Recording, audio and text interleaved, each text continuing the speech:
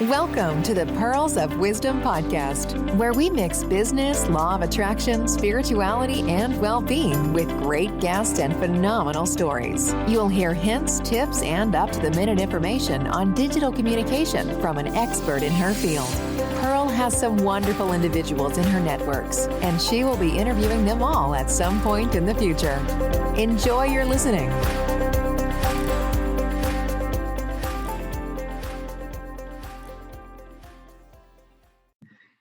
Hello and welcome to the Pearls of Wisdom podcast. And today I'm speaking to a wonderful, wonderful special lady that I've known a short time, but she's got a very, very special place in my heart. And I'm sure we've met in previous lives and we will go on. And I think we're going to be connected forever. This lady is so, so special.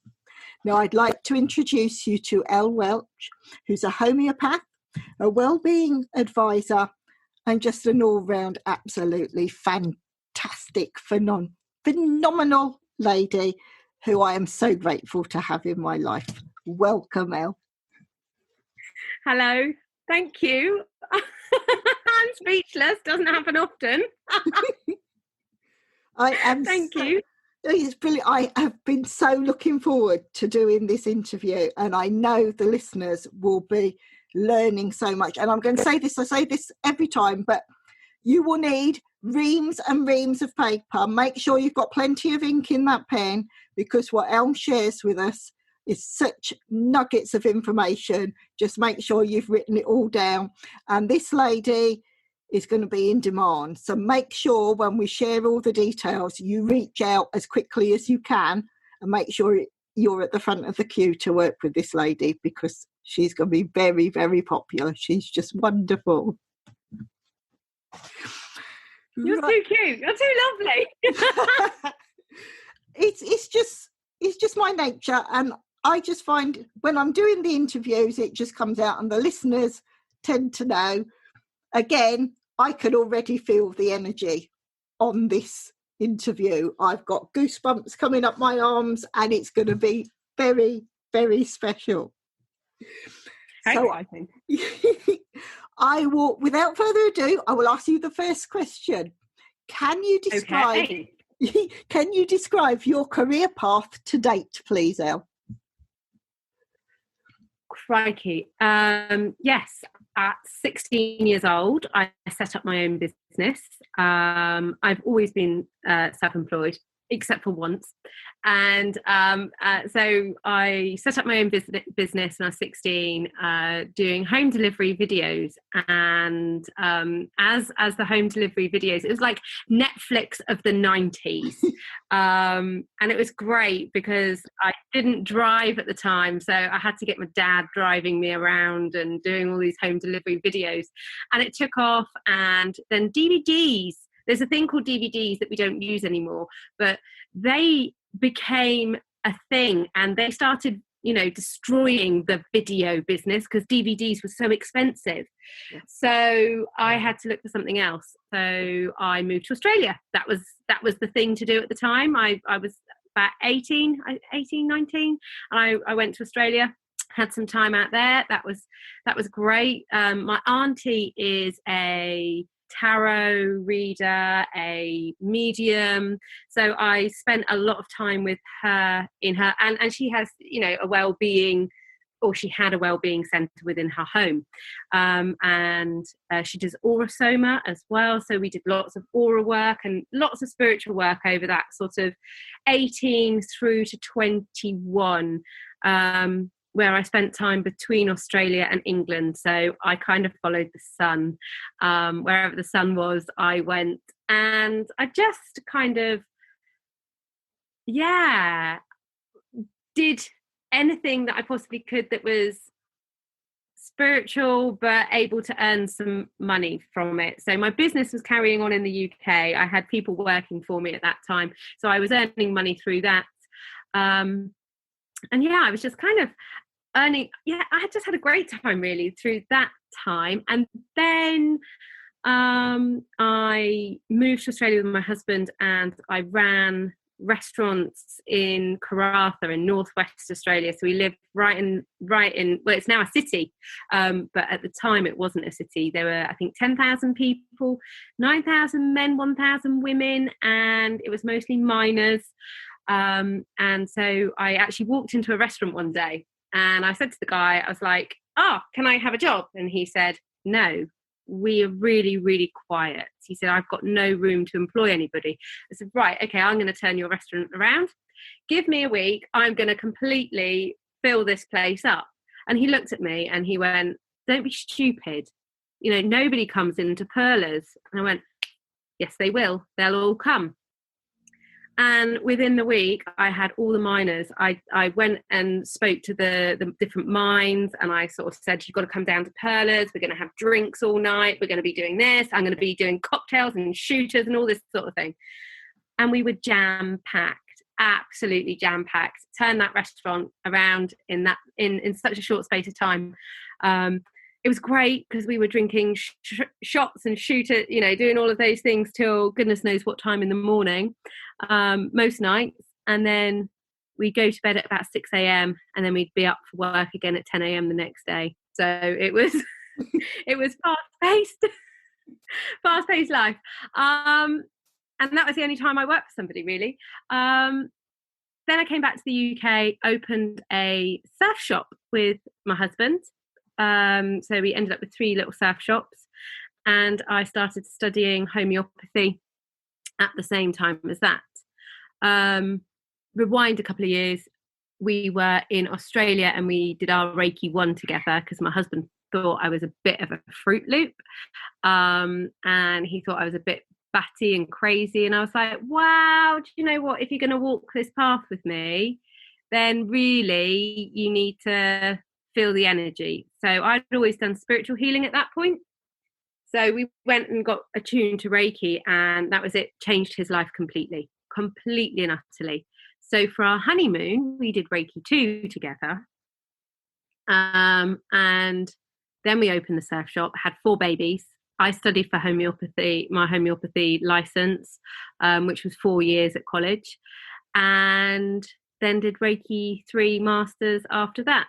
And in the meantime, did nutrition, gut health, and just, yeah, here I am. Oh, opened Serendipity in 2018, I believe. But Serendipity's always been part of me. It's just evolved into a physical wellbeing hub in Honiton now, where I think we've got about 9 practitioners working out of it currently. We've had a few sort of changes over the last couple of weeks due to the scenario of COVID. But yeah, so we've got everything from astrology, tarot, psychics, mediums, hypnotherapists, reflexologists, Bowen, laser, cold laser treatment, reflexology, massage, homeopathy, crystals, workshops coming out your ears, you name it. And I run retreats as well. So there, yeah. You are inspirational. You really, really are. It's just fantastic to hear your story and what you've done. I mean, yes, I've never really worked for anyone but myself. I don't think I could work for someone else. It's just automatic to be your own boss, to be that person that can actually get out there and make it happen. And yeah. You know, if you don't do it, it's down to you. It's not down to anyone else. But that sense of achievement. Absolutely. Well, we actually went bankrupt in 2011. There was the credit crunch and we lost our shops. And I was really well organised because I knew the bankruptcy was coming because, you know, there was the credit crunch and everything, like retail just disappeared completely. And I was really, really, really well organised. And I was really excited to go bankrupt, which when I went into the official receiver and I was like, this is a great day because I gave her all the boxes from the sort of 8 years of having the shops. I gave her all the boxes in date order. Everything had a mark. If there were any sort of things that she could possibly have been unsure about, everything was marked.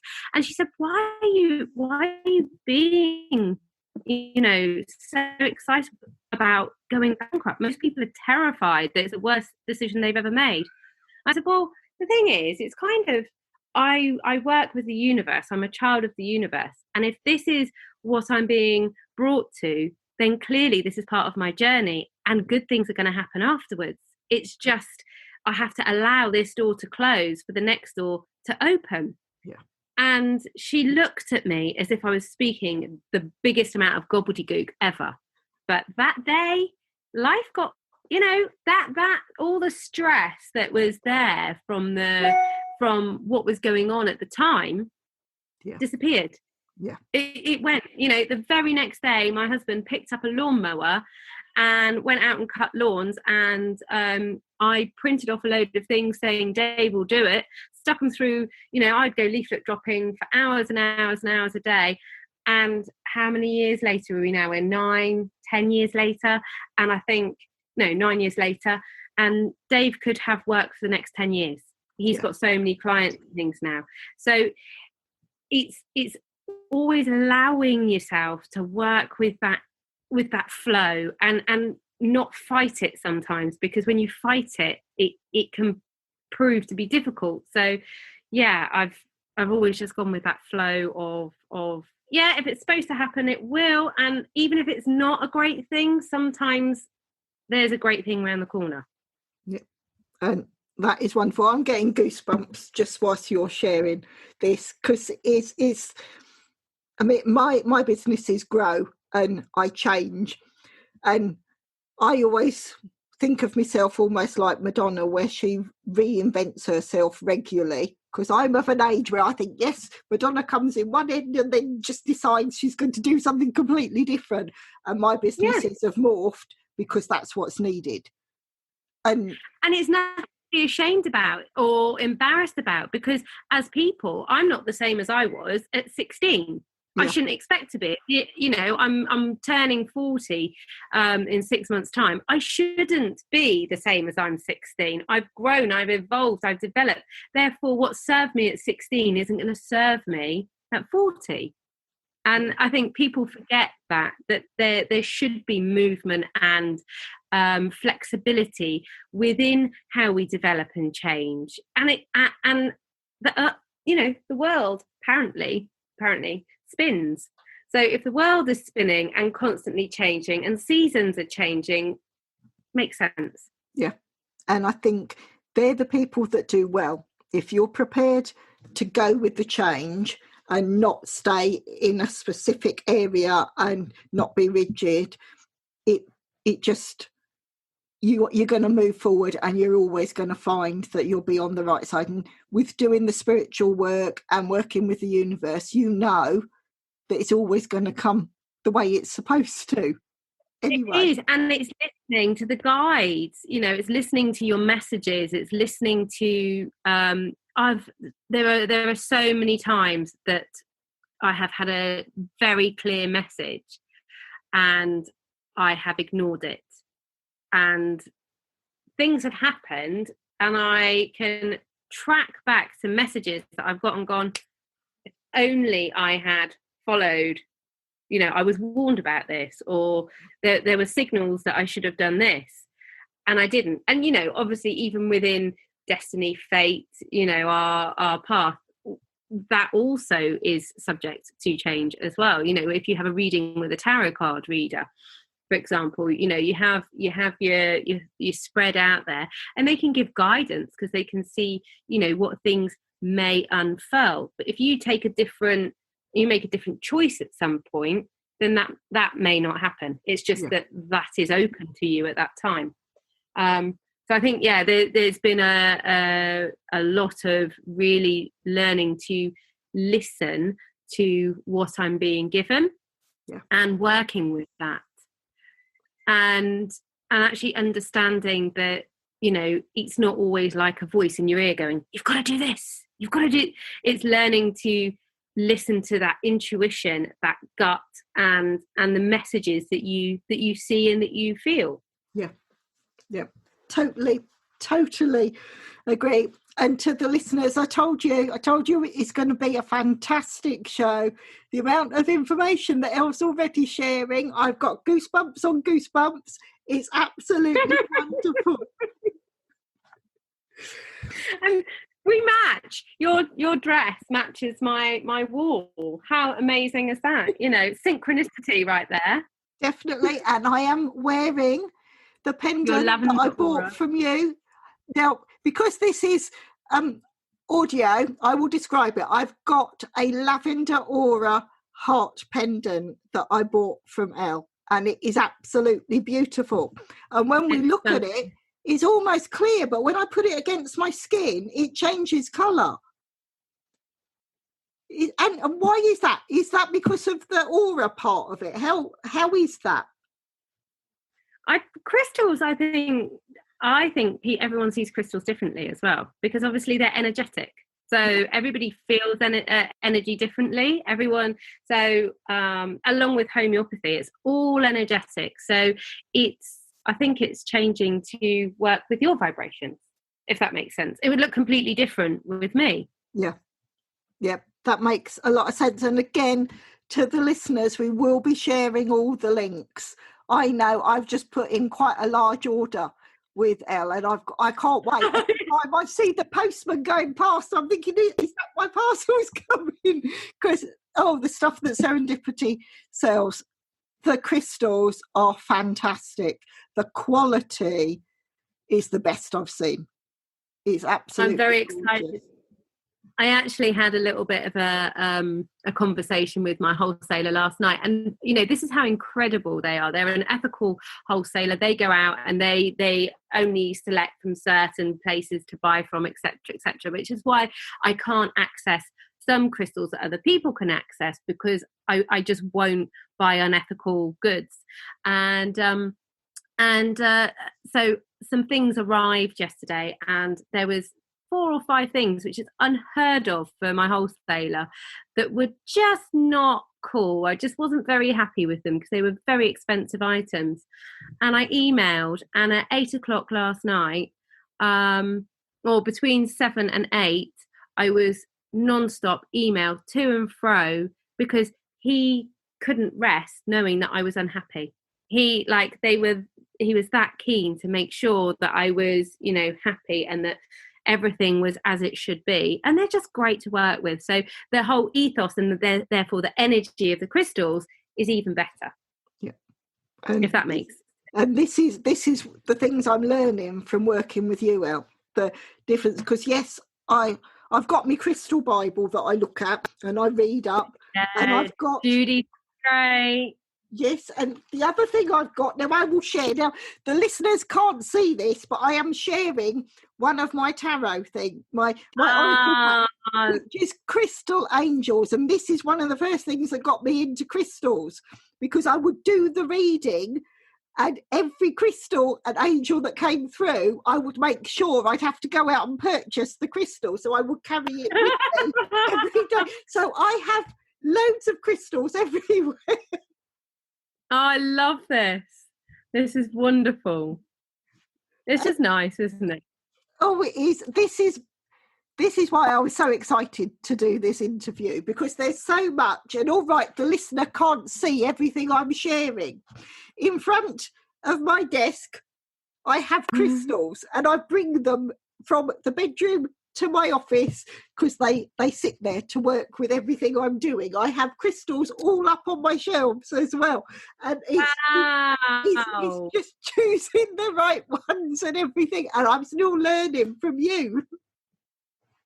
Yeah, and I'm learning. I'm not a crystal healer. I've just always worked with crystals intuitively, and I think that's a really good way of working with it. They've all got meanings and they've all got different things, but it's about how that energy connects and how that crystal makes you feel and how you work with it on that day. And so, when I've done Reiki treatments for over the last sort of 10 years, I've always used crystals. But I always use them very intuitively within the treatments. And I almost think it's, personally, the more I learn about crystals, the more sometimes I find it difficult to then use them in a different situation, because I get the words in my head of, well, this crystal is for clarity and focus, so why am I using it for joy? Or I used to carry this crystal around for me to bring me like happiness, or just because a crystal says it brings abundance, does it bring abundance? What crystal connects to you that brings you those things? And I think that's where it's for me, it's working with that energy. So yesterday I carried with me serpentine and carnelian, and I have no idea why. I've got like this great big thing of tumblestones. I love tumblestones, and I just went in and I picked up serpentine and carnelian, and I carried them around with me all day, and I felt like I had friends with me. I don't know why I needed them yesterday, but I needed them. I didn't need to look up the reasoning behind it. I just knew. Yesterday I just felt like I needed a little bit of strength and a little bit of support, and those guys were the ones that were helping me with that. So it's, for me, it's definitely about using your natural intuition sometimes, and not always listening to what you're being told, which crystal healers probably won't like me saying, but it's important to have the basics as well. It's really important to have the basics, and it's really important to have a good understanding. And don't get me wrong, I am going to do a crystal healing course. But also I feel it's really important not to lose sight of our own connection with the energy. Yeah. Yes. And I've taken you off tangent slightly, but it's so wonderful, and the information that the listeners are getting from this, it's just wonderful. I told the listeners that they'd need lots of pen and loads of paper because we're going to learn so much. Now, to move on, can you name 3 things that made you choose your current career and why? Yes. It's really easy. I grew up with my mum never having taken me to a doctor until I was 14 years old. Very natural upbringing. I actually grew up in a boys' boarding school. We had they were known as schools for naughty boys, so people probably have heard about the schools for naughty boys. Now they're obviously not called that, but I grew up in a great big stately home, which was a school for naughty boys. So I was a little girl in amongst hundreds of boys, which was great fun. And I used to get chased by ghosts and those sorts of things. So that was also fun. So I was raised naturally, and not really in amongst the real world per se. So I went to a normal secondary school, and you go through careers and they're going, oh, what do you want to do when you grow up? What do you want to do? And I was like, I want to be a doctor. They were like, so you're going to have to go to med school, blah, blah, blah. Like, med school? No, I don't think so. That's not how you become a doctor. And they were like, okay, yeah, what you do? And I was like, no, I want to be a homeopathic doctor. And they were like, that's not a doctor. Oh, okay. So I just always knew that I wanted to work with homeopathy. It sorted my whole world out. It was the magic box would open and we'd get a remedy and we'd get better. So it was always that. I always knew that. My dream from probably been for over 20 years now, was to have a Wellbeing centre where people could access well-being affordably. So I grew up in a stately home, but we lost everything. So family politics, all the rest of it, we were made homeless basically. And therein took a lot of struggle, but my mum never stopped paying for and accessing and valuing our health. So as we grew up, or as we sort of, continued to grow, she was able to continue doing that. So I always dreamt of having a wellbeing centre where we could have a bit of a sliding scale perhaps on, if people can afford to pay, then they can pay. If people can't afford to pay, then if they still want to value their health and value their world and their well-being, then there still has to be an exchange of energy for that value to happen. But I wanted to create something where it wasn't exclusive, and I know homeopaths who charge like £160 a consultation, and there is a big thing with homeopaths having to charge X amount, and it becomes exclusive. And for me, I don't want to be part of it being exclusive. I would love to be part of it being accessible. Yeah. And why should we create a divide on natural well-being and learning about how to start taking care of our own bodies and not being dependent on someone else taking care of us, if that makes sense. Yeah. So yeah, so that was the Wellbeing Centre, and that's not three things. Sorry. No, but that's fine, because the listener can't see. I'm transfixed to this screen, listening to what Elle's sharing. There is so much, and I grew up with my mother having type 1 diabetes, and she would go in need of food. I mean, we were taught it was hypo, but for us as kids, it was always she went in need of food, and we were taught to give her glucose injections from a very young age, I think from about 6 onwards, and we got to know the signs. Yet often my mum would look for other ways to heal, because she got psoriasis. She was so stressed, and often the medication that the doctors gave her so many side effects. She needed more medication to counteract the side effects. Yeah. And it's when I listen to you, and it just makes perfect sense. And if we look just at the current situation of lockdown and the way the globe has been, we're reverting back and learning, like they're saying, the earth has healed herself because we've got out the way and haven't been fiddling all the time and trying to change things. Yeah. Yeah, and it's so true. My daughter's theory on COVID is as she's 17, is that it is all orchestrated so that the governments don't have to create as big where they shut down all the factories emissions. She thinks it's all been done to just stop the world emissions, and that like all the leaders are in it together, and we're just stopping all the emissions for a while, and then they can carry on again. But she's 17, been on all the climate strikes, met Greta, the whole shebang. So that's her sort of take on it, is it's all to do with emissions and slowing down. I love it because we're letting the earth heal. So yeah. And I must admit, I like me in lockdown, and it's a lot of it I don't think I'm going to change. I like the pattern of life I've got into, and I'm quite happy to do exactly the same thing going forward.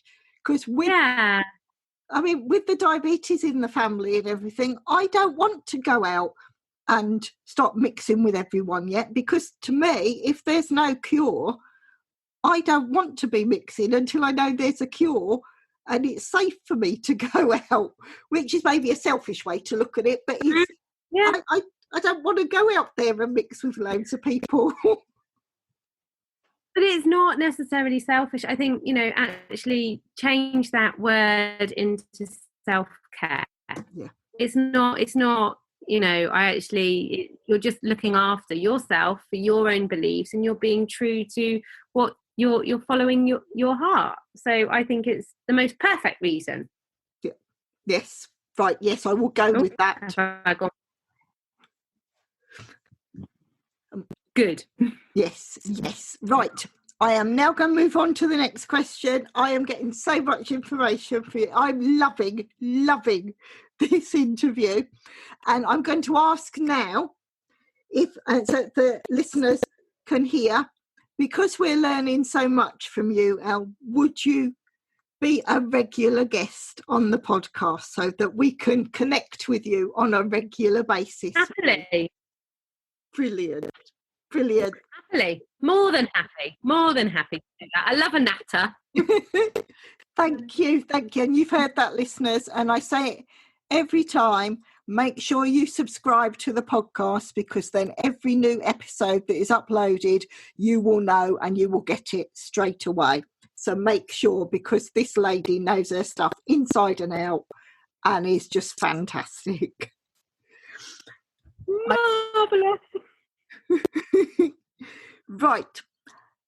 Now then, can you share what key values does your business offer you? Offer me or offer my clients? Both. However you see that question, how do you feel drawn to answer it? Okay. So I kind of just touch base a little bit with that, with wanting to get natural treatment accessible to people from all walks of life. So the big plan is to have a well-being sanctuary somewhere warmer.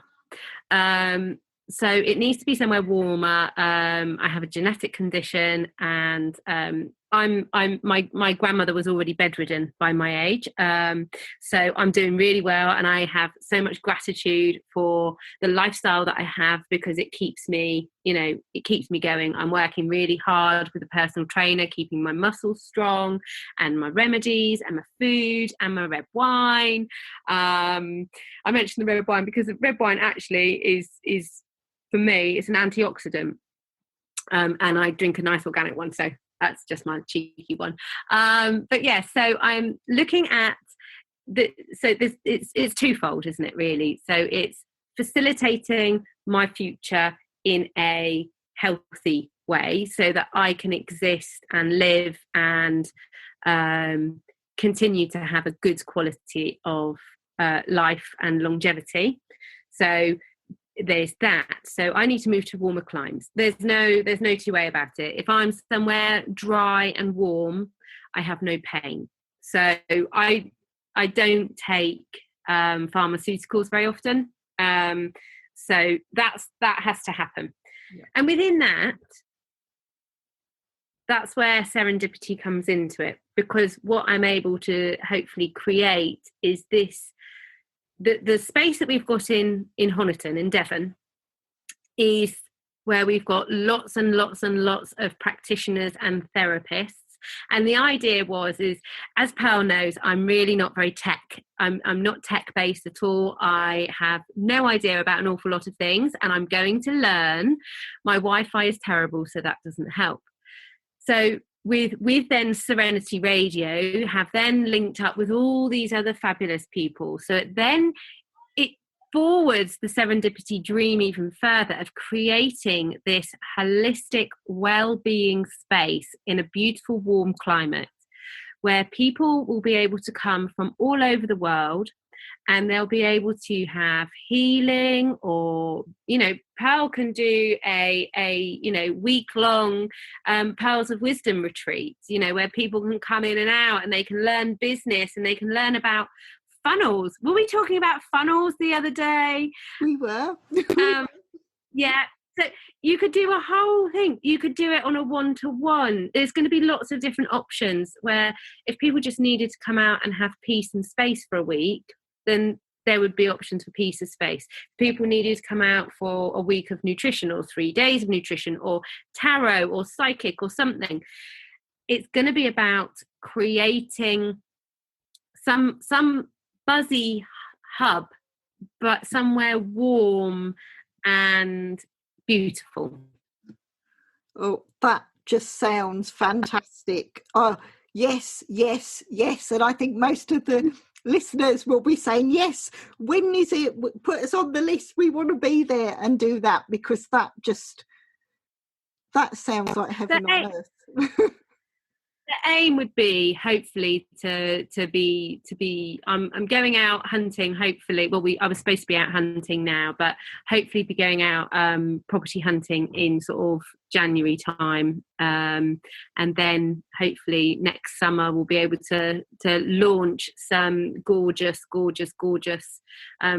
ideas and breaks, and again, like, the idea behind it is to make it affordable, where it's that energy exchange. So it's not, people aren't going to be charging ridiculous money, that's going to be part of it. It has to be yeah.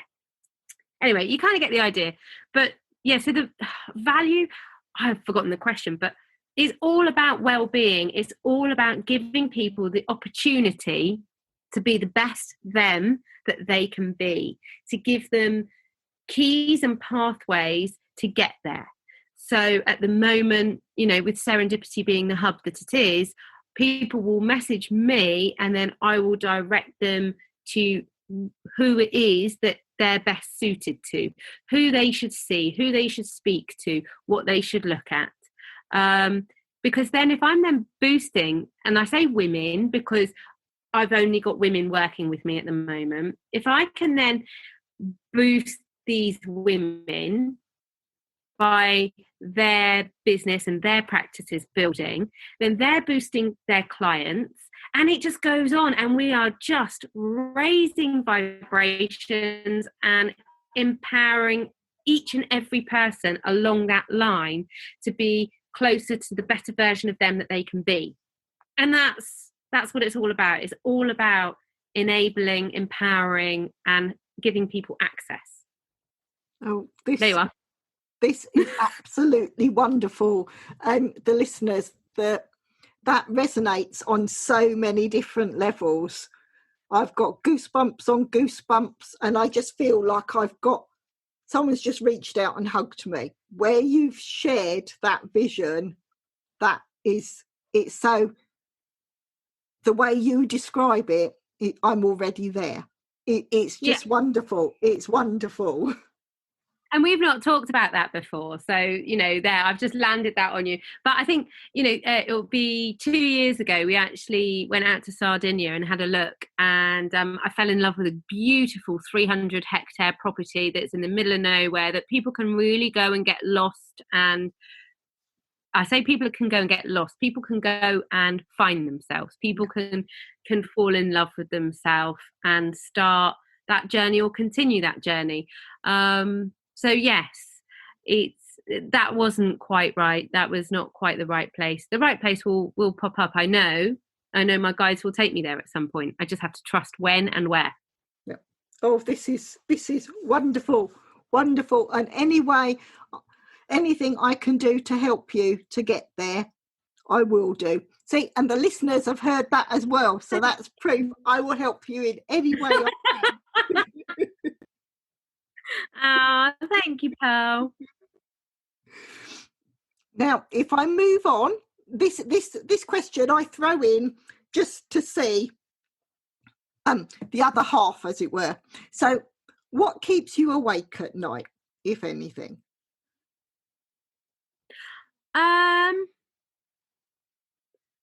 Nothing really anymore. That's really difficult because honestly, at the moment, nothing. Over the years, it's mostly been about, I've got a type 1 diabetic child. So over the years, it's actually been his numbers, testing him at night. Is he alive? Checking him, making sure, because puberty and him just haven't got on. Well, they have. He's grown up to like 6'1" something now. But they haven't got in the terms of, many nights that my husband's guides, we're very aware when we get woken up, and we get woken up and it's like, go test Phoenix. Money used to keep me awake at night, and worrying about money. I used to have a really bad relationship with it, and it came from losing everything when I was a child, I think. And money always being the focus of life from when I was very little. And I think money used to really keep me awake at night, and I used to have a very, very, very negative and relationship with it. And obviously with your mantras and law of attraction and affirmations, this will resonate with you. So I used to very much worry about money. I was always in a pickle about, you know, how we were going to pay for things, what was going to happen. We were going to lose our house, we were going to lose this, the debts were mounting, everything. I was drawing it all in. I was continuously welcoming all of that, and I had no idea really, even though I was walking a spiritual path at the time, I was still welcoming all of that negative cycle and that relationship with money. And then about a year and a half ago, I decided that was all going to stop. And actually, I was going to see money as no different from any of my remedies, my homeopathic remedies. And I was actually going to start looking at money as an energetic form, and that actually all it is an energy exchange. And that changed things, because it completely and utterly made me fall in love with the fact that actually we can have the energy exchange, and it's okay. You know, I love money, money loves me. There's all sorts of different affirmations that we can use surrounding it.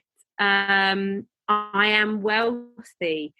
I am, and to not be ashamed of having that, because I've been so poor for so long, and yet so rich of, you know, heart and family, that I also am very aware that to follow the dreams that I have, which will benefit, I hope, thousands of people in the future, then I had to change my relationship with money.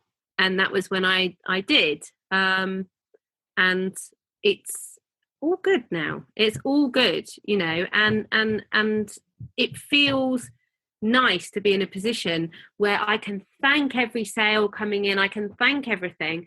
And I know that I am building that future out of gratitude and good energy exchange.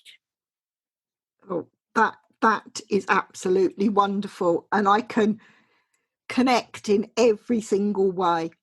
There was a time where I would worry if I had nothing to worry about, and I would go to sleep and I worry constantly.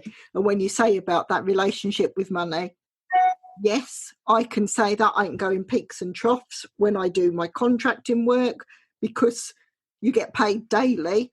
Most contractors, you get a very good day rate, but it is that peaks and troughs. It's either all or nothing. So you can go, I mean, I've gone 12 months with no income coming in, simply because those peaks and troughs and what's happening out there.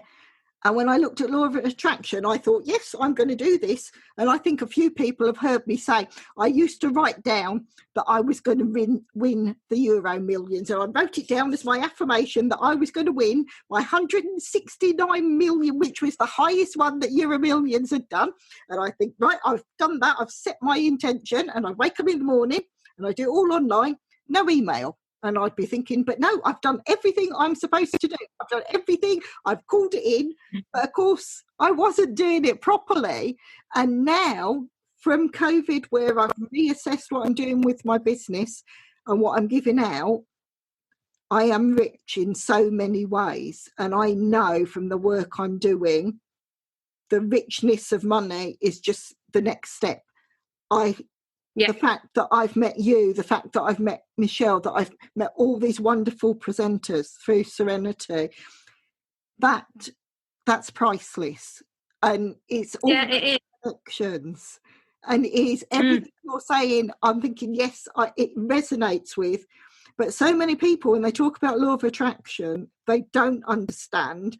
And you do the basics, and that's why there's so many people that follow it, because they want this something, but from wanting it, they're coming from a place of lack, so they're never going to receive it. Exactly. So the word, if we break it down the dictionary, to want is to be in lack of it. So when you use it, there's a whole thing about rephrasing how you say things, and the word, I want to win the lottery.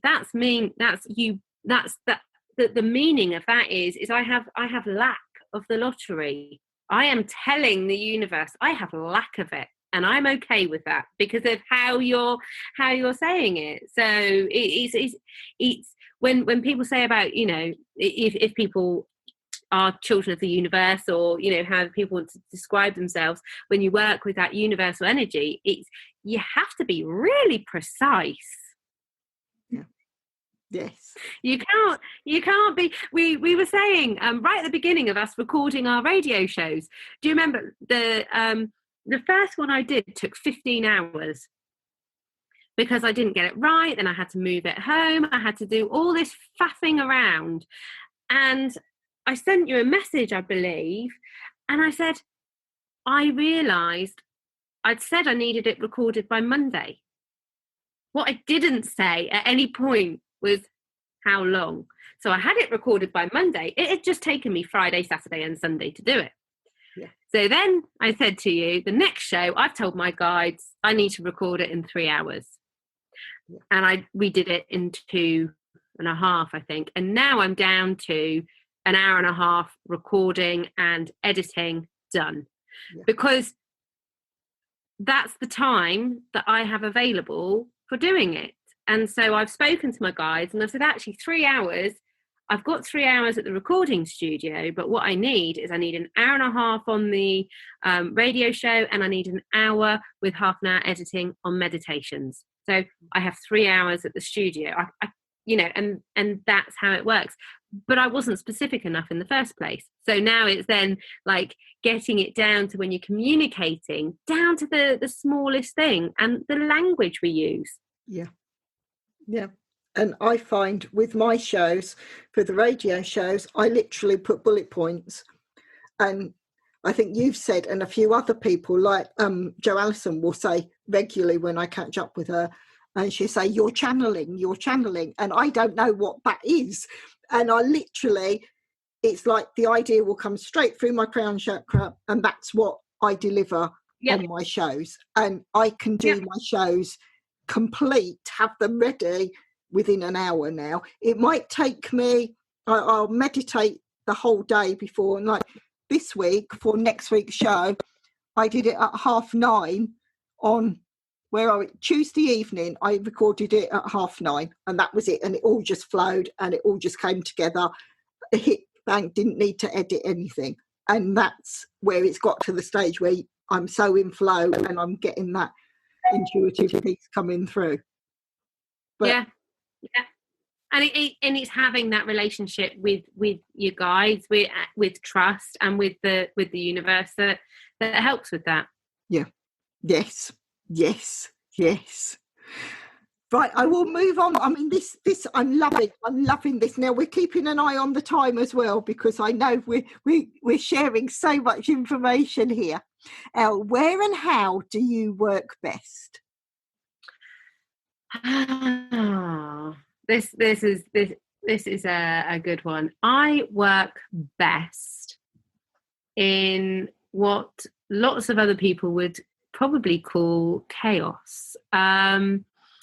I've come to realise I'm quite an energy ball. I've always known I had lots of energy, but I think it's not until this lockdown period that I realised quite how much energy I can throw at things and how many different things I can have on the bubble at one time. Lockdown happened, and my Wellbeing hub, where I'm seeing 16 clients a week for homeopathy and Reiki, and I've got the little shop open, gone. overnight. You know, you can't go to work. You can't see people. Okay. So, right. So I kind of gave it a week and sat on it. And then I thought, right, the shop is full of stock. Okay, I'm still got to earn what I've got to earn. Otherwise, you know, life doesn't go forwards and we can't pay the bills, etc. So I'm still going to have to earn some money. So went down to the shop, emptied the shop, brought it home, started doing live videos, putting it on Facebook, put together a whole load of stuff for homeopathy, put it on Facebook, and just completely shifted the business within the space of a week because I had to. So I know people that are local to me, that are in the town that we're in, and, you know, they've approached me and said, oh, you know, how have you been going through lockdown sort of thing? It's like, brilliant. I have been so busy. I've done this. I've created this. I've started this. I've launched this. They're like, oh, I said, well, how have you been? Oh, well, you know, since opening again, town's very quiet. I don't think we're going to survive. So to which point I feel incredibly sorry for them. I really do. But it has made me realise I'm just like a ball of energy that just is unstoppable. That I can't just go, oh, my shop's closed, therefore I'm not doing anything. It's like, okay, so how do I make it work? What do I do? How do I make this? How do I create the income? And I've had one day off in 4 months because I'm addicted to everything I do. I'm addicted to all the people I communicate with. I'm addicted to working with energy. I you know, today, for example, I've been a homeopath on the phone to 2 people. I have I've still got loads of crystal orders to pack up, actually. I'm going to be delivering some crystals this evening, hand delivering, because I love hand delivering them to my clients. So I feel like a little fairy when I hand deliver them. I knock on their door and run, and then they open their door and they've got a box of goodies on their door, and it's so exciting. So yeah, I'm going to be doing that. Yeah, I've just been doing oh, sorry, big dog on the computer. Yeah, I've just been doing so many different things, and so I work in complete and utter chaos, I think. But that is wonderful, and you achieve so much. And I know we often have these conversations of a weekend because we say, what are we doing? And I give a great long list when I'm supposed to be resting and recuperating. But I love what I do, and it doesn't feel like work. I just love it. And if I've got an idea, and I think most people that know me recently, it just comes, the downloads are coming thick and fast. And I'm so excited. I just want to deliver on those downloads and actually stop them actually happening. And it is, and it's actual. You know, the thing is I try and explain it, but seeing your face, and actually I just caught my own. There is so much joy. There is so much joy in it, and excitement. And, you know, I've smiled so much over the last few months. I've cried as well over various different things and just emotions, you know, losing my doggy and other things that have gone on. So, you know, there's been the normal wave of emotions, but I'm so happy at the moment and just addicted completely and utterly to work. Well, not addicted. I just love what I do so much. Yeah. And then it doesn't feel like work at all. I mean, because I don't describe what I do as work because it's my passion. It's what I love. So it never feels like work. I can do 12, 14-hour stints on something and not even realise because I'm just loving what I'm doing so much. I completely agree. I completely and utterly agree. And my husband will, you know, we'll be in bed and it'll be like 6:30, 7 o'clock in the morning. He's like, what are you doing? Why are you on your phone in bed at this time of morning? I'm just uploading to Etsy because I've got to do this at this time of day. Otherwise it won't happen. And if that doesn't happen, then I can't get, you know, I can't move on. Because I love it. I love it. And when you say what do I worry about, what keeps me awake at night? Nothing, because I go to bed knackered. I go to bed knackered and completely fulfilled at the moment, in all honesty, Yes, and this is me now. When I do stay awake, it's because I'm excited and I've got so many ideas, and I've learned now I have my routine, and yes, I'm tired and I go to sleep, but if I'm excited and I can't switch off, I know then not to fight it. I just get up and that's it. And I'll keep like the iPad beside the bed, and I'll start dictating all these different ideas so that I don't forget it and everything. Absolutely. Yes, so then that's where I need to apologise to people sometimes, because if you get a message that sets your phone off in the middle of the night, it's because I've forgotten that your phones might not be on silent, because I'm just thinking and sending all these downloads everywhere. I love that. Yes. I'm going to move on to another question, but it's all just building. There is such a wealth of knowledge that you are sharing. It is just brilliant. I think the listeners will be transfixed because there's so much we can learn from you. What tools do you use that makes your work life easier?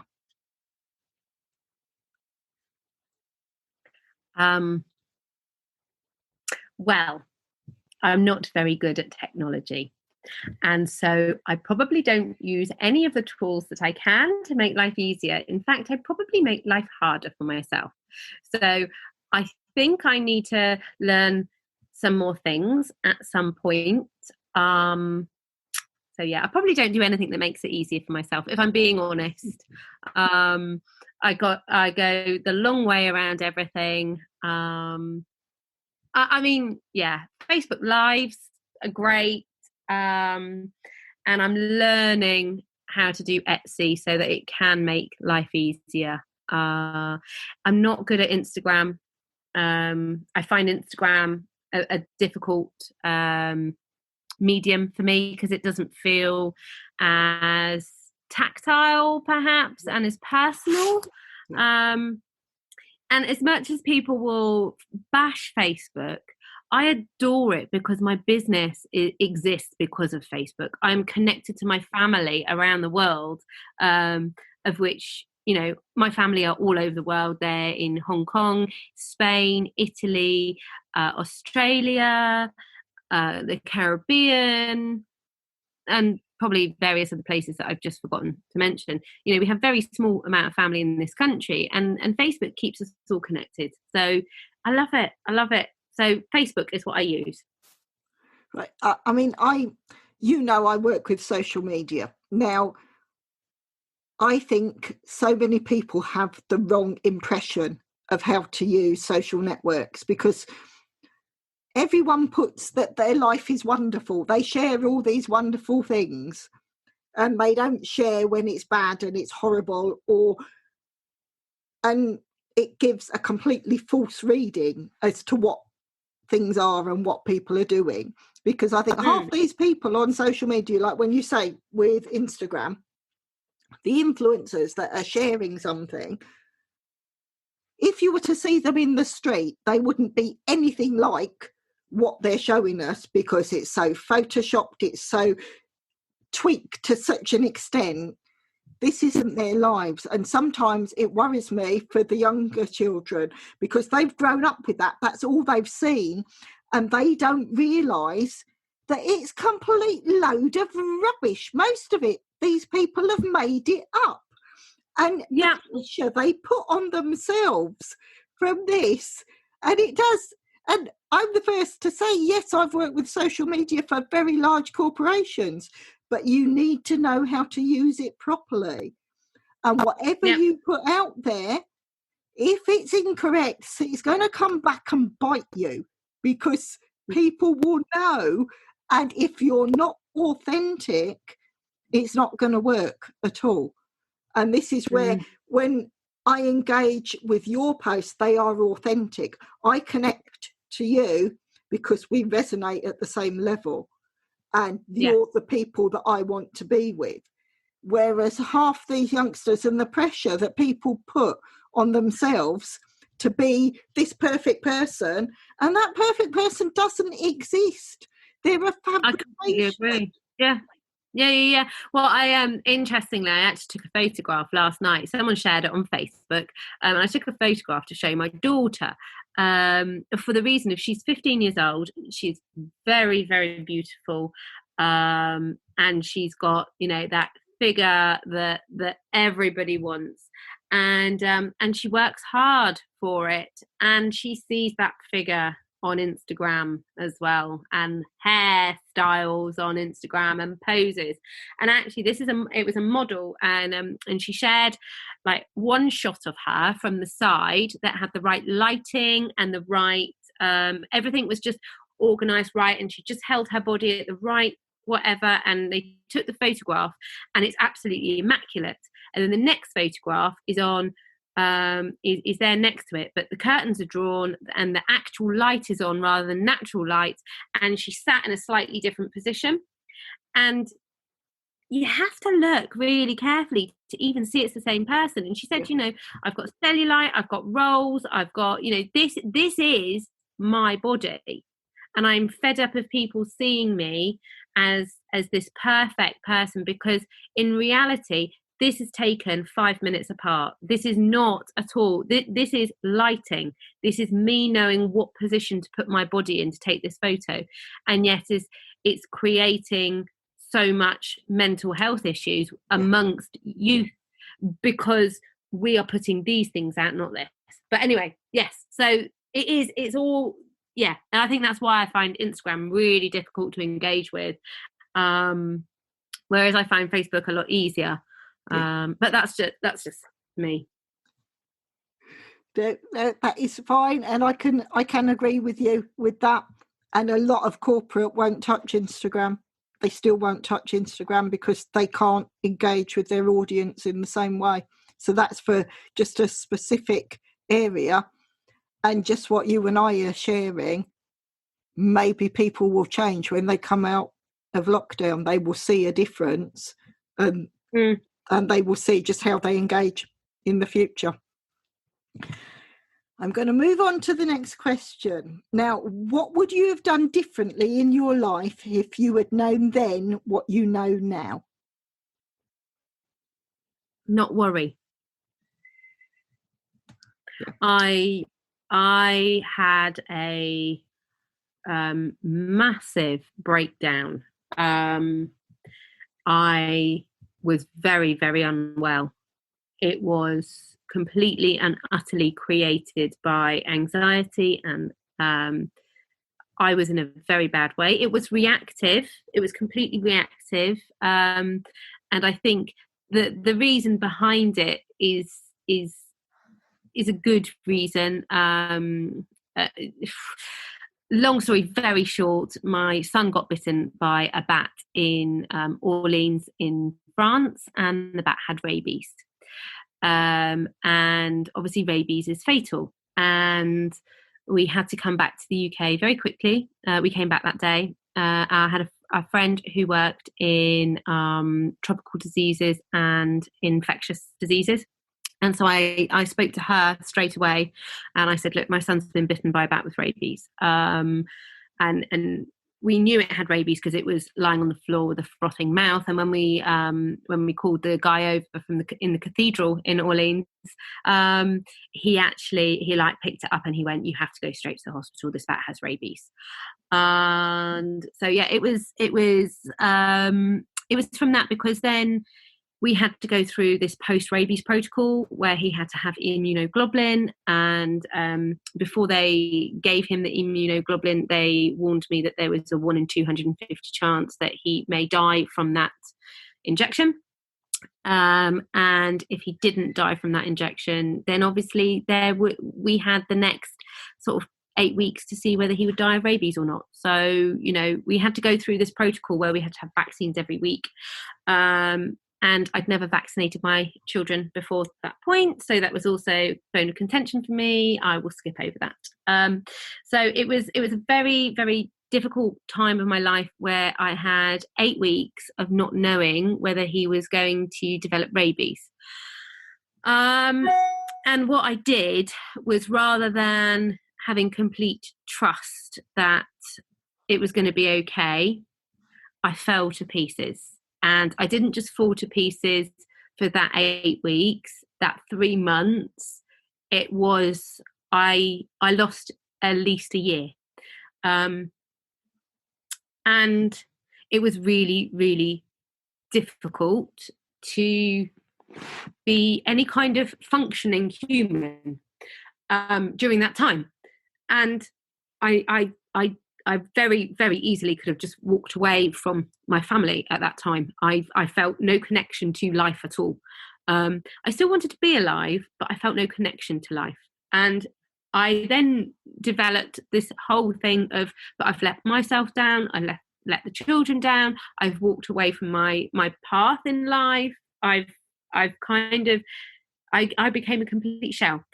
And so if I could advise myself anything, it really is not to worry, because, you know, bad things do happen, but maybe sometimes they can be okay. I suppose it's the worry. The worry is what destroyed me. It was did a good job in doing damage to the rest of the family as well, which I've then had to repair, which is great. And we're very blessed in many ways in hindsight to have had that experience, because my drive for life and for enabling other people to have a better life, and for working with people with anxiety and helping people through that chronic anxiety, I get it. Yeah. You know, I didn't eat. I used to stand there shaking because I couldn't move through the next 10 seconds. I didn't know how I was going to get through the next 10 seconds. So I had to do things in 3 seconds. And I had an amazing hypnotherapist and psychotherapist and homeopath who got me through that time. And it did take a long time. But that was okay, because there was a lot of then trauma from past life. There was trauma from my childhood. There was lots of stuff that actually within that year was all able to be healed. And so in a strange way, I'm grateful for having had that experience, even though, you know, talking about it, I can get very emotional, because I've never known fear like it. I'm very grateful for the experience, is because what it does now is I've got a really good understanding of that kind of anxiety. So yeah, I would say not to worry, because, you know, yeah, we're wasting energy. We are wasting energy. I didn't have the same story as you, but I think the people that have listened to my radio show, my second show, where I shared my negative event, that I turned it into a positive. When I look back to what we lived through, you don't realise how strong you are. Because for all that you're saying you're worrying, you got through. You got your whole family through that. And you came out the other side. And I can remember having to go to bed with an iron bar beside my bed. We used to have a baseball bat by our front door because we had so many threats to mine and my children's lives, and be in rapid response from the police. I'd open the door and there would be a gang of 15 people saying this abusive, horrid stuff to us. And I'm 5'2", and there was just me and my 2 kids, and there wasn't anyone else. And everyone said, "Oh yes, we'll come and we'll stand up to you." But when it happened, no one was there, and I had to stand up to those people. And you don't realise just what you're capable of until that happens. And they all jump on the bandwagon where they don't know what they're talking about. They don't know the facts or anything. And I mean, these people put our address on the internet. We had to be taken to a safe house because they caused us so much trouble. And yes, when I look back, I wouldn't be the person I am now if I hadn't have gone through that. So yes, like you're saying, the worry, the stress, where your stomach goes into knots and you don't know what's going to happen next. But my God, I would go through hoops, and I'd do the same again if I thought, I said when I was on the podcast with Michelle, I said, it has taught me, certain things in my life have taught me now, I will put myself in the way. If anyone's going to be hurt, I will put myself in their way and I will stop their hurt. I would rather take it myself and help than actually do that. And this is where it's the synchronicities, the synergies, how many things share in this, and you can see why we've connected, because there are so many things that we react in the same way. Absolutely. And I'm still getting goosebumps, and there's things, and like I hadn't touched on some of that for years and years. And when I think about it, there's a certain box that I've closed off, but I know I wouldn't be the person I am now if I hadn't have had to go through that and stood up to people and fought for what was right. And it really does teach you just what you're capable of. Yeah, it does. So moral of the story, just don't worry. Yeah, yes, definitely. Right, now, what would you say is your biggest challenge and why? Have we covered that? Have I lost track? Or no, we haven't covered that. We haven't covered that. It's technology. Because I've got, you'll have noticed, I've got like half a meg download speed or something where we're not going to get fibre apparently, and if we want satellite it's going to cost us about £300 a month or something. So to come onto this call, I've had to ask all my kids to get off their Wi-Fi, so they're all so there's literally one device in our whole house on one Wi-Fi. My daughter with college, she's her reports come in today, and like her lecturers have all sort of gone, oh, it's just a shame that the Wi-Fi is so bad, so she couldn't upload all her work. It's like, oh my days.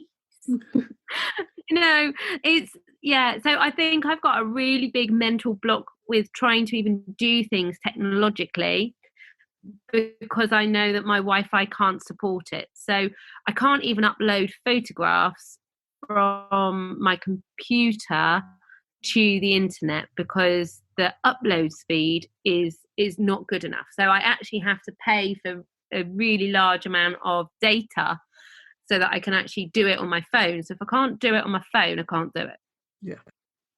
Yeah. Biggest challenge is Wi-Fi and technology. But we'll work through that, I'm sure, from everything that's happening in the future. Yes, and once you're doing your retreat and everything and going to the sanctuary, that will be all settled and you can have everything happening all at once and the connections and everything. Yeah, exactly. And that'll be something we'll have to look at, is actually where we end up locating, is just making sure that we can do it. But no. Camera, so she can't see me. Rocco, we're recording. Sorry, that's my young man coming in to say hello. Hello. But yeah, hello. So we I need to make sure that we get somewhere with good internet. Right. Yes. Totally agree. Are you okay to carry on? Is that okay? Yeah. I think we've got a few more minutes. We're all good. Right then, I will move on to the next question, but it's lovely to connect with your family as well. It really is. Now, how do you want to be remembered? When I did this question, I've been told by a few people that it brings the ego in. Now, it didn't even cross my mind when I pulled this question out, but how would you want to be remembered? Well, for starters, a massive wild flower bed to be on top of me, so that the flowers can just go on growing, and just, when people walk past, they smile. I'm happy being remembered as like a colourful, quirky, she was always herself. Yeah. She always lived her own truth. She walked the beat of her own drum. I don't know, just her own quirky, colourful self. Oh, that is wonderful. It really, really is wonderful. I'm going to move on to the next question. So, as a child, what did you want to be, and how close to that dream are you now? Well, I'm doing it. I'm living that dream. That's it. I wanted to be a homeopath, and I'm a homeopath, and I've been qualified seven years this week. I think 7 years, and so 11 years I've been working with homeopathy professionally, because we started in the first year, so it was a 4-year course. And so I love homeopathy more now than I did when I started training. It's like breathing for me. I love it. I think about things on a homeopathic level, about matching vibrations and energy levels, and I just, even thinking of remedies can make me feel better sometimes. And I'm really lucky. No, I'm not lucky. Do you know what? I'm going to rephrase that. I've followed my path. I've created the dream.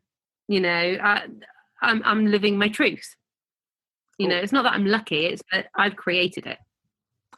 And that is absolutely perfect. I'm getting goosebumps as you're saying that. It's you're being true to your authentic self, and you can't ask anything more than that. And that's when you're following your true vision, because that's been your dream the whole way. You haven't deviated. You haven't needed to deviate, because you've fully understood and embraced what your true mission is from the very beginning, and you've just gone right out and you've fulfilled it in every single aspect, which is wonderful. Yep. Absolutely. I'm going to move on to this next question, and this is a slightly selfish one of mine, I'm afraid, because I have a few things that I really love. And one of them is books. So I put this question in because then I get to see, I have all these wonderful suggestions that I can go out. If I haven't already read them, I can go and get these books. So Elle, can you name 3 titles of your favourite books and why you've chosen them, please? Oh, yes, I can. Magic. There's actually, it's a series of 7 books. So it's Magic, Flight, Dark, Quest. Hang on, I've actually got it here because I actually took a photograph and sent it to someone who was looking for books for their children this morning. So it's Magic, Flight, Physic, Quest, Siren, Dark and Fire. It's a set of 7 books written by the gorgeous Angie Sage. Now they're aimed at young people. However, because I love the world of magic and spirituality and all those sorts of things, this set of 7 books for me was just, I'm going to reread them. I love them. And in one of the books, there's a cave of lapis lazuli, and I got completely lost in this cave of lapis. And I love these books so dearly. So the Magic series by Angie Sage. I also have another series of books. You'll probably be really surprised by my books. So it's called Dorothy Must Die, and then it is The Wicked Will Rise, and then it's Oh, hang on. So what am I reading now? I'm reading Yellow Brick War, and then the last one is The End of Oz. So if anyone is a Wizard of Oz lover or Return to Oz lover, this is after Dorothy has taken control of Oz and what is happening in Oz. So it's witches and wizards and all of the wonderful creatures of Oz, and it's how the story unfurls, and I love it. So yeah, that series there, and then the last book is called The Potato Factory. Now I've forgotten who it's by, but I actually went on a bit of a pilgrimage to his house once, which is a bit naughty, isn't it? But we were in his road, and so my family were sent out to Australia in the war, and so I've always had a fascination with Australia. I've always had a fascination about people being sent over to Australia and things like that. And so this book, The Potato Factory, I don't know, I stumbled upon it. Bryce Courtney, it's the author is. And sorry, dog's just leaping off the bed. So it's by Bryce Courtney. And that book, I read it, I think about 20 years ago. I want to say about 20 years ago. And it stayed with me, 1995. So yeah, I would have done. And he lives in Sydney. And his son actually died of AIDS, and my auntie died of AIDS. And both of them were in Sydney. And both of them contracted AIDS through incidents that were not their own fault. And so his son and my auntie had connected, and so I felt like a huge connection to this whole story, and yeah, I absolutely fell in love with it. So yeah, weird, but it's really difficult at the moment, Pearl. I don't read very much at the moment, and that's really unusual for me because, you know, when I was 9 years old, I'd read the Odyssey, and I was completely infatuated with history, and I had to fill my brain with every non-fiction book I could find, or anything about Greek mythology or Vikings. You know, I was definitely working through my past lives at that point without realizing it, and trying to find where I fitted into this life, I think. But yeah, I used to read and read and read, and that was all I used to do, was just absorb myself in reading. So at the moment, I don't read very much. That book's been next to my bed for 6 months, I'm ashamed to say, really. I'd like to read more, but my head is so busy. Yeah. I'm actually, I don't find that I can sit down. Maybe I need to ground myself a bit more. I don't find that I have enough space to sit and read, or I don't have enough want to sit and read at the moment. I can connect with all of that because, yes, I say it's my passion, but like you, I'm so excited at what I'm building. My reading practice isn't half as strong as it used to be. Yes, I'll listen to a lot of things on Audible, but if it's something I really need to concentrate on and I'm doing something else, I know us women can multitask wonderfully, but if you need to concentrate on something, it's not the same. And so I'm spending more time on the meditation and listening. So yes, I'm thinking that's maybe once lockdown is over and we feel more comfortable, we might have more time to go back to the reading piece. But everything shared, it's that first series, I'm sure my daughter has got that. Now, my love of books has gone over to my daughter, and she's got books and books and books. And my niece, I can remember she sent me the most gorgeous card to say thank you, because I always say she's my favourite niece and I'm her favourite auntie. And I bought her the Twilight books, and it actually got her into reading. And she sent me this wonderful card saying, "Thank you. You taught me how to love to read and how to enjoy books." And that, it was so, I mean, I've got goosebumps again, because it was so, she's so special. And to see that connection with those books and the magic and everything. And you talk about Oz. Here's me, my guilty pleasure when I do binge watch.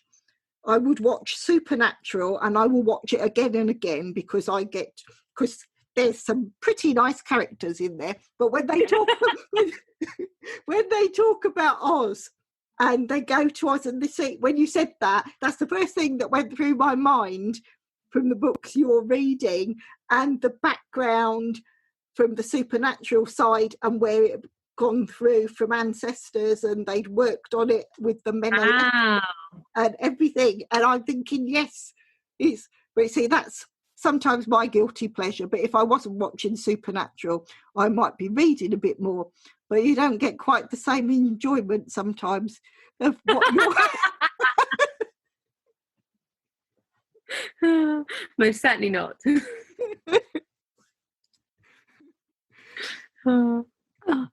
Right, where shall I? Right, I will move on to this next question. I'm absolutely loving this, the amount you've shared and everything.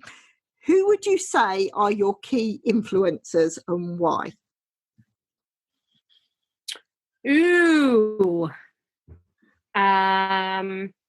Okay, this is a bit of a soppy one, I suppose. But I suppose my husband. Oh God, it's going to make me all emotional. He's just come home from work, actually, because he is literally like the nicest person on the planet. He's so wonderful. He's so good.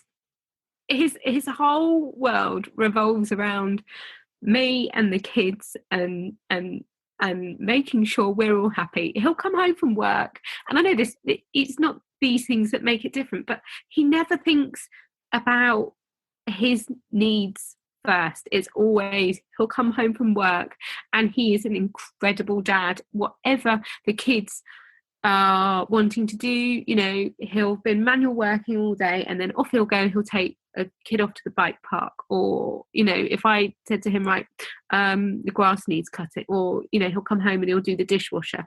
He got up every morning. I'm not great in the morning, so he gets up every morning and does all the morning stuff, all the dogs and all the kids in the mornings. So he influences me in the fact that he guides me in being selfless and just never needing anything for it, or any he doesn't do it for thanks. Yeah. He does it because he chooses to do it. And I think that's a really beautiful thing. He's just a really beautiful human being. Don't get me wrong, he has his temper tantrums and his moments and things like that. But, he influences me because he continually helps me strive to be a better person, if that makes sense. So I'll say him. And then I'm actually going to say my daughter, because again, she is incredible. Her challenge, her fight, to be where she is now is phenomenal, and she hasn't given up and she's carried on. So my daughter influences me because she is. So that's my husband just walking in. I just said that you influence me. You're one of my good influences because you're so you. So yes, and yeah. So then, but then sort of if we're going to look out into the big wide world, maybe, I would say, crumbs. And I know this is going to sound really strange because you spoke about her earlier, but Madonna is a huge someone who I would look up to. Like, I don't actually really like her music at all. There's not really much I connect with her music, other than the fact that it's played in clubs when I used to go clubbing and things like that. I'm not like a Madonna fan. I'm a fan, and Kylie. You know, these are women who have just always shown the world who they are at that moment and been proud of it. And whatever controversy is around them, they've stayed true to who they are. Maybe they haven't stayed true to who they are, but the outside world shows that, you know, they can be good. Oh, okay, so I've just thought of two. India Ari, she is actually my biggest. India Ari, if people don't know who she is an African-American musician, and she writes the most beautiful music. It's very uplifting. Her last two albums were called Songversation, which is all about healing songs, and then the next album was called Worthy, and her songs are affirmations, and I sing her songs in the shower. And I found her music when I was 18, and she's come all the way through with me. So India Ari's soul is who I really connect with. So her, and the Queen. I love the Queen. I really, really, as much as everyone else has got other things to say about the Queen, I love the Queen, and the Queen loves homeopathy, and so does Prince Charles, and I don't think any of the royals don't love homeopathy, and we wonder why the Queen and Prince Philip are so healthy and do so well. It's because they have a homeopath, so I love the Queen. You know, whatever other people think, I love her. I think she's great. I was really fortunate and got to meet her a few years ago. She came down to Exeter on her one of her jubilees, Golden Jubilee, I want to say. And is my sound gone, or is it okay? No, I can still hear you. Okay, it's fine. Yeah. And I went down to school, and the kids were all at school, and I went into the headmistress and I said, I'm taking the kids out of school because the Queen's coming to Exeter. Did you know? And she went, yes, I do. I went, I'm taking the kids to go and meet the Queen.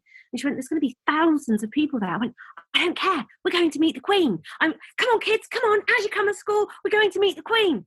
And we got there, and there was like thousands and thousands of people. And I sort of decided we'd go this back way into walking to where the Queen would be. And we came across all the police barricades. And they were like, you can't go this way because this is the Queen's entrance. You have to go all the way around. I was like, yeah, but there's thousands of people that way. We won't, you know, I've got my little kids with me. They won't see. And they went, I'm really sorry, love, but, you know, you're going to have to go that way. And then I looked around at Phoenix, and Phoenix was shaking. I was like, what's the matter, Phoenix? Are you all right? He went, Mum, I'm hypo, because he's type 1 diabetic.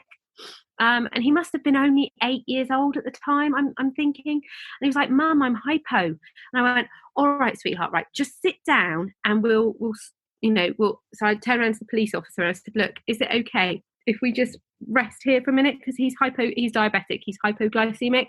We just need to test his numbers and bring him up. He went, I can do better than that. He said, I'll take you somewhere safe.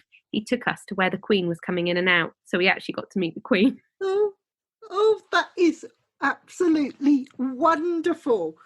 Wonderful. And for all your influencers, when you say your husband and your daughter, you are their influencers. You influence all of us because you are so, so, so strong.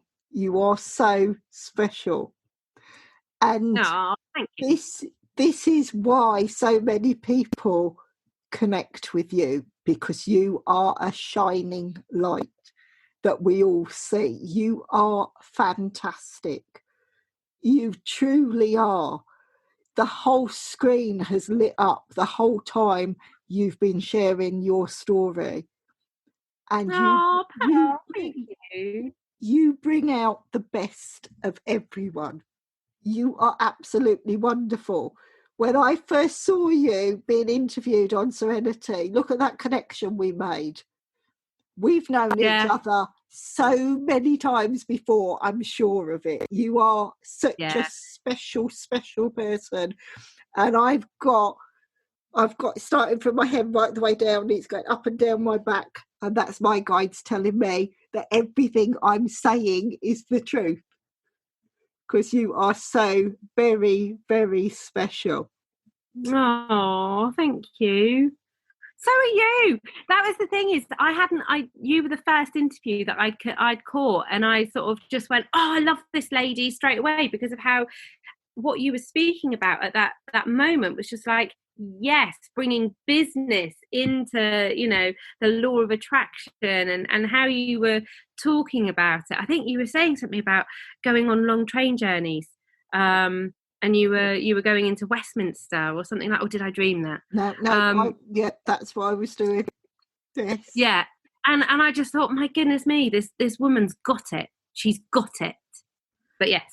It is. And like when you say about the Queen, I've never been that close, but because I work in Westminster and the work I do, I go up and down the Mall quite a bit. So I've seen Princess Anne a few times going from Buckingham Palace, and seen that, and you get.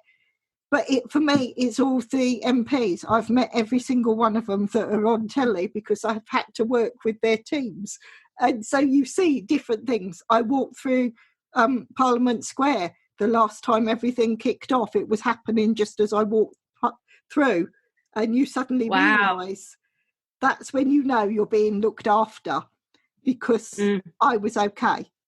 But it's when you see all those things, it is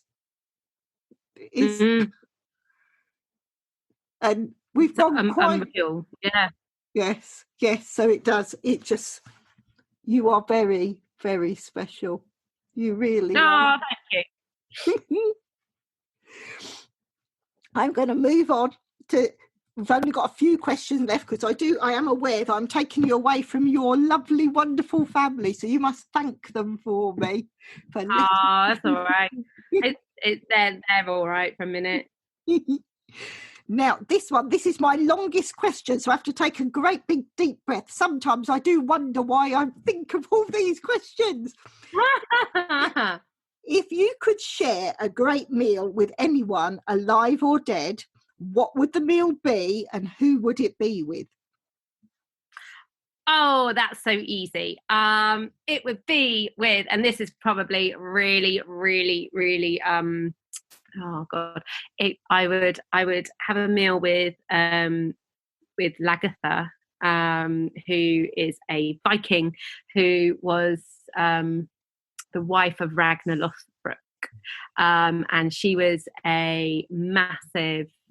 Whether she's mythological or not, there's various, you know, they think she's real, but maybe not. So it would be with her. It would be with a Viking queen. And it would be, I would have whatever they were having on their banquet. I would have a Viking feast, and I would just spend time learning and enjoying the power of you know, womanhood back in prehistoric times, and learning that, you know, learning about how to in that world of, oh goodness me, I didn't realize I was quite so woman orientated, but I just think that's taken me by surprise, I have to say. It's just that whole thing of, you know, the empowered feeling of being, you know, because she was one of the first ones to become the Earl and then the Queen, and that's really important, because it's rising above belief systems. Okay, so this now makes sense to me. Yeah. See, I'm just, as I'm speaking, as you know, because you've asked me the question, so I'm speaking as I'm thinking, and then I'm like, well, why am I thinking this? But it's rising above belief systems, and it's being true to who her fictional character is, or her real character is. So on the same sort of linear line, you know, the reason we went to Orleans in France, where my son got, bitten by the bat, was because I wanted to go to the burial ground of Joan of Arc.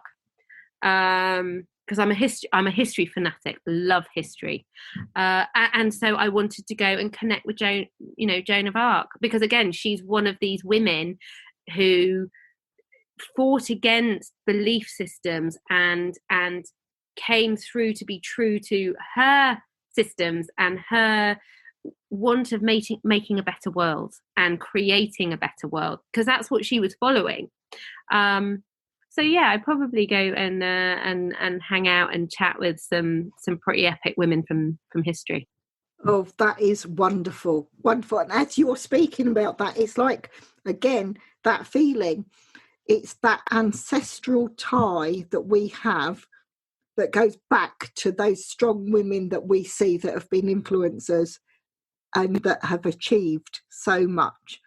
And yeah, and actually, I didn't. Yeah, and I didn't realise until you sort of asked me that actually, like, these characters from history are huge influences, and you know, they're strong women. The other one that I was thinking was Queen Elizabeth I, or Mary Queen of Scots. Either or, not bothered. Happily sit and have a chat with them as well. You know, and actually, I clearly have got a little bit of a empowerment for the women thing going on without realising it. But that is brilliant, and I think that's what gives you your drive as well. And this is where, and with the listeners, so many people that connect with you, they connect with you because you are their influencer. You are the person who have such a fantastic presence about you, and it is. I love men as well. I'm not managed. No, oh, that is absolutely wonderful. And I'm so glad you've said that you will come back and do other shows, because there's so much that we can learn from you. I'm going to move on. I'm going to move on to the last two questions, but what I'll do is I'll pull them together, because this is where we get to hear so much about you. This is your chance to shout from the rooftops everything you do, where we can connect with you, because there's going to be a lot of people that want to connect with you after this. Now, can you tell us what services or items do you offer for your clients or customers? And do you have any special offers on at present that they can grab? Okay, so I offer telephone or Zoom homeopathic consultations. The first quick phone call is just a little catch up and hi, what are you looking for? You know, what would you like help with? That sort of really informal, quick, do they connect with me scenario. If they'd like to go ahead and make an appointment, then the first appointment is about 90 minutes to 2 hours, where I ask an awful lot of questions. And then there's also follow-ups that I offer, which are about 35 to 40 minutes, that I normally recommend about 6 weeks after the first appointment. You don't have to, you can just have one appointment, or you can have just buy remedies. So I also offer remedy top-ups and remedies. So like some big companies like Ainsworth's and Helios, you can buy remedies, homeopathic remedies from them. I also have an apothecary, and I have over 400 remedies in stock, but I can get any remedy that there is. And I send out remedies, so anyone can put an order together of whatever they would like, if they know what remedies, or we can have a chat and work out what remedies they need. I'm looking at doing some online workshops. I've not been great with the technology thing, as I said, so that's the thing moving forwards. So part of Serendipity, Mind, Body, Soul on Facebook. At the moment, I've got lots of sales for crystals, and I've just this morning got a massive delivery of ethical Wellbeing exciting things. I'm leaving it at that because I can't remember all the things that arrived. Sun catchers, wind chimes, all sorts of salt lamps, like gorgeous things, loads of gorgeous things, but they're all ethical. Everything's fair trade. Everything is sourced responsibly. I don't use fancy packaging because I use recycled packaging, and I reuse program for TerraCycle, or I partner with TerraCycle, and I have over 4,000 people as part of my recycling scheme, where I every once a fortnight, at the moment from home, put lots of boxes out the front, and everyone can recycle unrecyclables. So crisp packets, biscuit wrappers, chocolate wrappers, Pringles cans, just you name it, makeup, gloves, deodorants, like anything that can't go in your normal recycling. I run a massive recycling program for that as well. Reiki, I do Reiki. Crystals, did I say crystals? Yeah, I'm doing crystals at the moment. Oh, my Serendipity subscription box. Launching the next one of those on Sunday, this Sunday. So this won't go out this Sunday, but it will be launched by the time this goes out. So the first box was a really good success. That was the root chakra. And so the second box going out is the sacral chakra. And it's all about working with that chakra and unblocking it, healing it, or if it is already unblocked, it's just working with it and using the energy and harnessing the energy from that chakra. So it's sacral chakra, the next one. So they're £20 plus delivery. And so that I've got going on. What else? We've got the radio show. There's other things. Well, so in my little hub in Serendipity itself, the tarot workshops are back on. Psychic development starts next week. We've got hypnotherapists back. So there's people sort of counsellors are back as well. So there's sort of work starting to unfurl back at Serendipity. So yeah, I think that's everything. It's absolutely wonderful. And to the listeners, you can see just how special this lady is and so much that you offer. I know there's going to be so many people reaching out, and we will add all those links on the description to the podcast. We will add all those links so you go straight through to Serendipity, to connect to Elle, and to see exactly where you can work with her. And what she does is just fantastic. And like you said, the crystals, I'm like a kiddie in a sweet shop when I look at all these, and I'm always saying to her, oh, can I have this? Can I have this? Because they are absolutely wonderful. The citrine that I bought from Elle, I've shared it via video. It almost went viral when I shared it because everyone was saying how fantastic the quality is. It's gorgeous. It is. It's absolutely wonderful. So, I actually had this big order arrive last night, and I'd chosen two crystals, and I thought, I've worked really hard. I'm actually going to have these guys are going to come and live with me, and I sold them last night. I couldn't. Like two people were like, oh my goodness, I love that. And these ladies, I really love these ladies. They're really gorgeous ladies. And they both like connected with these two different pieces. And I was like, yeah, okay, they're for you. I can get other bits. They're for you, because I love everybody. Like I love connecting with everybody. That's the addiction to the job, isn't it? It's knowing that joy is going to be passed on. Yeah. This is absolutely fantastic. And it just leaves me to say, thank you so much. It has been such a pleasure, and you have shone throughout this interview. You have so much knowledge, so much wonderful knowledge, and I am so grateful that you've also agreed to come back so we can hear even more. But thank you, Elle. Thank you for being such a wonderful guest. Oh no, thank you for having a platform where you're sharing all these people, where we can all work together, and we can all learn from each other, and we can all build this gorgeous community. I just think, this is part of what you're creating, isn't it? Is this network of people who are genuinely in this world to support and enhance. Yeah. And I think, you're doing a magic job. Thank you. Thank you. Thank you for listening to the Pearls of Wisdom podcast. We hope you have enjoyed the content shared. Please share with others who would like to enjoy these interviews and discussions.